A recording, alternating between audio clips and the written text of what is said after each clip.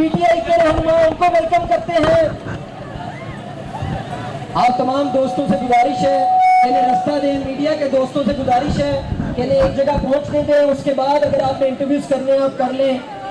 और मैं खास तौर पे जो हमारे दोस्त मुरीद के गुजरांवाला से आए हैं, शेर अली भट्ट की क़यादत में आपसे गुजारिश करूंगा कि आप थोड़ा पीछे चले जाएं और डिसिप्लिन को खास तौर पे मेंटेन करें। और KYF के दोस्तों से भी गुजारिश है कि काइंडली आप डिसिप्लिन को मेंटेन करें।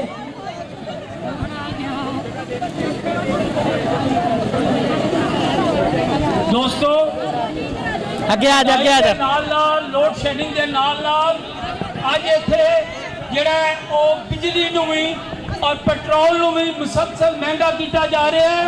ਇਹ ਕਹਿੰਦੇ ਸੀ ਕਿ ਜੰਗ ਬੰਦ ਹੋਏਗੀ ਤੇ ਪੈਟਰੋਲ ਸਸਤਾ ਕਰਾਂਗੇ, ਹੁਣ ਪੈਟਰੋਲ ਹੋਰ ਮਹਿੰਗਾ ਕਰਤਾ ਹੈ, ਮਿੱਟੀ ਦਾ ਤੇਲ ਮਹਿੰਗਾ ਕਰਤਾ ਹੈ, ਡੀਜ਼ਲ ਮਹਿੰਗਾ ਕਰਤਾ ਹੈ। ਪਾਕਿਸਤਾਨ ਦੇ ਕਿਸਾਨਾਂ ਦੀ ਸਭ ਤੋਂ ਜ਼ਿਆਦਾ ਇਸ ਵੇਲੇ ਬੁਰੀ ਹਾਲਤ ਹੈ।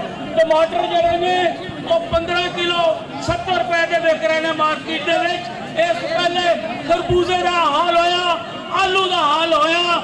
ਇਸ ਤੋਂ ਹੋਰ ਹੁਣ ਜਦੋਂ ਕਣਕ ਆਈ ਹੈ ਤੇ ਅਸੀਂ ਕਿਹਾ ਸੀ 100 ਸ਼ਹਿਰਾਂ 'ਚ ਪਾਕਿਸਤਾਨ ਕਿਸਾਨ ਰਾਬਤਾ ਕਮੇਟੀ ਨੇ ਜਲੂਸ ਕੱਢੇ। 17 ਅਪ੍ਰੈਲ ਨੂੰ ਇਸ ਚੌਕ 'ਚ ਵੀ ਸਾਡੀ ਸੈਂਕੜਾ ਔਰਤਾਂ ਆਈਆਂ। ਅਸੀਂ ਕਿਹਾ ਸੀ कम से कम 4000 रुपया फी मन कनक करो। हम कनक जी है 3500 रुपए को उससे बिकने जा रही है ते ये कंट्रोल कर रहे हैं।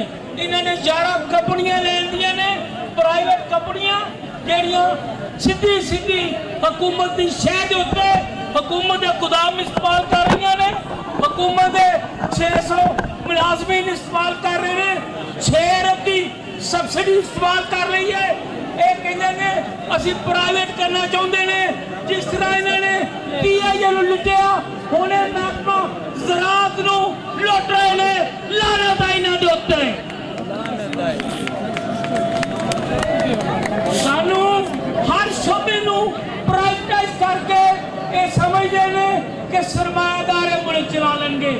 सरमायादार 70 साल ये मुल्क चलाते रहे हैं, अज तक वो इस मुल्क को तरक्की नहीं दे सके।